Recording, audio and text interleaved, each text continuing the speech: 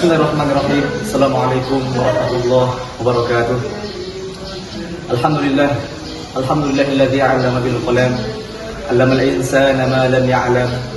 Wassalatu wassalamu ala sayyidina Muhammadin wa ala alihi wa sahbihi ajma'in. Amma ba'd. Qala Allah Ta'ala fi kitabihil karim. A'udzu billahi minasyaitonir rajim. Bismillahirrahmanirrahim. Yarfa'illahu alladhina amanu minkum walladzina utul 'ilma darajat. Wa qala an-nabi sallallahu alaihi wasallam, talabul ilmi fardhatun kulli muslim wa muslimah. Bersyukur kita kepada Allah Subhanahu wa taala dengan ucapan alhamdulillahirabbil alamin. Kemudian bersalawat kita kepada Nabi sallallahu alaihi wasallam dengan berlafazkan Allahumma shalli ala Muhammad wa ala ali Muhammad. Yang terhormat Ibu Dini Lia Merani Simatupang MPD selaku dosen pada mata kuliah ini, kemudian teman-teman dan saudara-saudaraku di mana saja berada, semoga kita selalu dalam lindungan Allah Subhanahu wa taala. Amin ya rabbal alamin. Baik, pada kesempatan ini dalam video ini saya akan mencoba untuk menjawab dan menjelaskan salah satu pertanyaan yang telah saya pilih untuk dibahas sebagai tugas yang telah diberikan oleh Ibu dosen, yaitu tentang krisis air bersih dengan krisis moral. Saya Rivaldi, NIM 25201000156 dari Program Studi Pendidikan Agama Islam dari kelompok 16. Baik, pada pembahasan ini saya akan mencoba untuk menjelaskannya dengan menggunakan pendekatan fakta ilmiah dan sosial yang relevan, serta mengaitkannya dengan dalil Al-Quran sebagai landasan dan nilai-nilai Islam untuk memahami makna dan hikmahnya dalam kehidupan kita. Baik, soal ini, pembahasan ini mengajak kita untuk memilih dan menjelaskan, membandingkan dua masalah besar dalam kehidupan kita, yaitu yang mana di satu sisi terdapat krisis air bersih, yaitu kondisi ketika masyarakat kesulitan dalam mendapatkan air yang layak untuk kebutuhan sehari-harinya. Sementara di sisi lain terdapat krisis moral, yaitu ketika nilai-nilai seperti kejujuran, kepedulian dan rasa tanggung jawab mulai hilang dalam diri manusia. Nah, sebenarnya keduanya ini sama-sama penting untuk diperbaiki. Namun di sini kita diajak untuk berpikir sedikit lebih dalam tentang mana yang dampaknya lebih besar bagi manusia dan mana yang harus perlu diperbaiki, mana yang harus lebih diprioritaskan untuk diperbaiki. Baik, terkait air. Air adalah kebutuhan biologis utama bagi tubuh manusia, karena memang air sangat dibutuhkan langsung oleh tubuh kita untuk mempertahankan fungsi kehidupan. Nah, bukan hanya untuk hewan, bukan hanya untuk manusia, namun seluruh makhluk hidup termasuk hewan, manusia maupun tumbuhan sangatlah bergantung pada ketersediaan air yang bersih tentunya.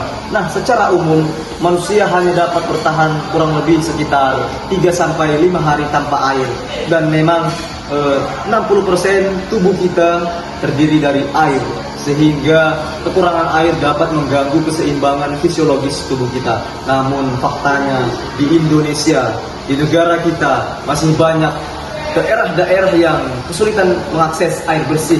Sekitar 192 juta orang masih mengalami kesulitan mendapatkan air yang layak. Dan data 2024-2025 menunjukkan bahwa sekitar 70% sumber air rumah tangga di Indonesia sudah tercemar oleh limbah tinja. Ya, limbah tinja. Dan Badan Perencanaan Pembangunan Nasional memprediksi bahwa luas wilayah krisis air ini meningkat di angka 6% di tahun 2000 menjadi 9,6% di tahun 2045. Walaupun memang pada tahun ini data menunjukkan akses yang terlihat tinggi, yaitu sekitar 92,6% warga Indonesia sudah memiliki akses air yang baik, namun secara kualitas masih bermasalah. Artinya saat ini banyak orang yang punya air tetapi tidak benar-benar bersih untuk digunakan, tidak benar-benar bersih dan aman untuk digunakan. Karena ketika air itu ada sekalipun tetapi tidak bersih, maka sangat berdampak pada kesehatan kita. Karena bagaimana dengan kondisi air yang kotor? Bagaimana dengan kondisi air yang kotor, tercemar, bahkan beracun? Justru ini sangat membahayakan untuk kesehatan kita. Nah, ketika itu mungkin bisa hewan rusak, bisa hewan mati, ataupun tumbuhan rusak, bahkan manusia bisa sakit, ataupun berujung pada kematian. Oleh karena itu, ketersediaan air saja tidak cukup tanpa kualitas air yang baik. Nah, pertanyaannya, kenapa terjadi kondisi seperti ini? Dari tahun ke tahun, negara kita mengalami kesulitan akses air bersih. Apa penyebabnya dan siapa pelaku dari semua ini? Ya, manusia. Moral manusia, ulah tangan manusia, lagi-lagi ulah tangan kita. Karena selain faktor alam dan cuaca, manusialah sebagai pelaku dari banyaknya kerusakan-kerusakan yang terjadi. Oleh karena itu, ini sekaligus akan memberi jawaban dari soal yang telah saya pilih, yaitu mana yang lebih perlu diprioritaskan antara krisis air bersih atau krisis moral. Maka jawabannya adalah krisis moral menjadi prioritas utama. Ya, moral, karena moral adalah cara kita bertindak yang benar dan yang salah dalam setiap tindakan kita. Moral lah yang menjadi pengendali diri kita dalam setiap tindakan kita. Ketiadaan moral inilah yang kerap kali membuat orang melakukan sesuatu tanpa memikirkan perasaan orang lain, bertindak tanpa memikirkan keselamatan orang lain. Memang alam dan faktor cuaca juga menjadi penyebab berkurang dan terganggunya ketersediaan air kita. Seperti contohnya ketika kemarau, curah hujan yang rendah contohnya, sehingga membuat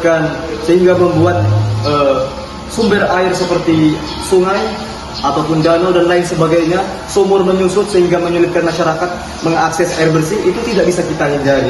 Atau sebaliknya, ketika curah hujan yang tinggi sehingga mengakibatkan banjir, kemudian air keruh bercampur dengan lumpur dan membawa limbah, membawa potongan-potongan sisa-sisa kayu dari aktivitas yang dilakukan oleh oknum-oknum yang tidak bertanggung jawab. Ya, seperti yang dirasakan langsung oleh masyarakat Kabupaten Tapanuli Tengah dan Tapanuli Selatan.